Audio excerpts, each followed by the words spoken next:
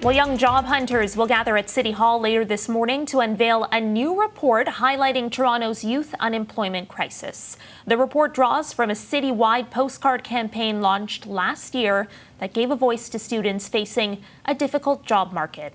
Serena Nudel is with the social agency behind the campaign. She joins me now. Serena, so great to have you in studio this morning. Thank you. So much for having me. So the students who took part in this postcard campaign, they are part of a generation that is facing the highest youth unemployment rate. What did you hear from them? What were the sorts of things they were expressing in these postcards? You know, when they go out there and they try to look for a job, what are they telling you? Yes, they're saying that they're having such a hard time because they don't have any experience, so they're unable to get a job, and they're unable to get a job because they don't have any experience. So we see youth having hundreds of applications and not hearing back from employers. You brought some of those postcards with you today. You know, what were some compelling stories you heard? Read us some if you can. Yes, so overarchingly, we saw a lot of youth saying that they are in need of making money to be able to support themselves and their family, whether it be saving for university, whether it be for their own personal needs, but what we're really hearing is that they want to contribute to their family as well. So they're not looking for a handout, they're just looking for an opportunity to thrive.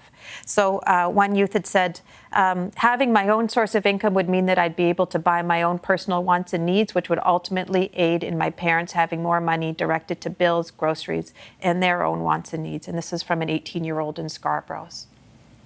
This isn't, you know, just about helping students get the opportunities that they need to, of course, build future careers, but also, as your agency has pointed out, about also reducing rising youth violence in the city. What did the report find in terms of the correlation between youth unemployment and youth violence in Toronto? Yeah, we're hearing the youth voices say that if they had a job, if they had opportunities for growth, if they had hope, that this would divert them away from engaging in violence. And as we see increasing violence in the city, we need every solution we can to help address it. What do those solutions look like?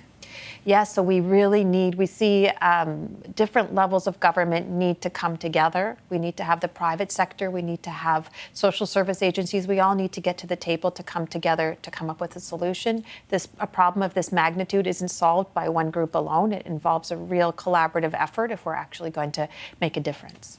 Efforts from community groups such as yours helped get a motion passed at City Hall to create 10,000 additional summer jobs by next summer. Yes. Tell me, I guess, a little bit about that and the need for that, the urgent need for that, especially in a summer right now where we saw, for instance, hundreds of or tens of thousands of students lining up just to get a job at the X. Yeah, there's a tremendous need right now. We see that there has been a commitment from City Hall, but we really need people to come together to push this forward. We see it in paper, but now we need to see it in action. We need to see the different levels of government. We need to see the leadership from the city. We need to see the private sector, and we all need to come together. And I think that with the intention in place, we're going to be able to make a difference and move this forward. I wonder what the path forward to achieving that, though, looks like, because, of course, you know, the uncertainty around the trade war, it's made businesses and companies more reluctant to hire. There are certain entry-level opportunities that are being phased out because that work is being, you know, onboarded to AI. So, you know, youth are facing a very difficult job market. But what does the path forward look like into getting those 10,000 additional jobs by next summer? That's a fairly small window. I think we see an opportunity here with FIFA coming up to create the pathway. I see this as an opportunity. We're already starting to have the private sector and different levels of government come together. And I think post-FIFA, we need to use these pathways to continue to build and to continue to create jobs for future generations. I have one very quick last question for you. If you had one major takeaway from the report that you'll be revealing at City Hall later this morning, what is it?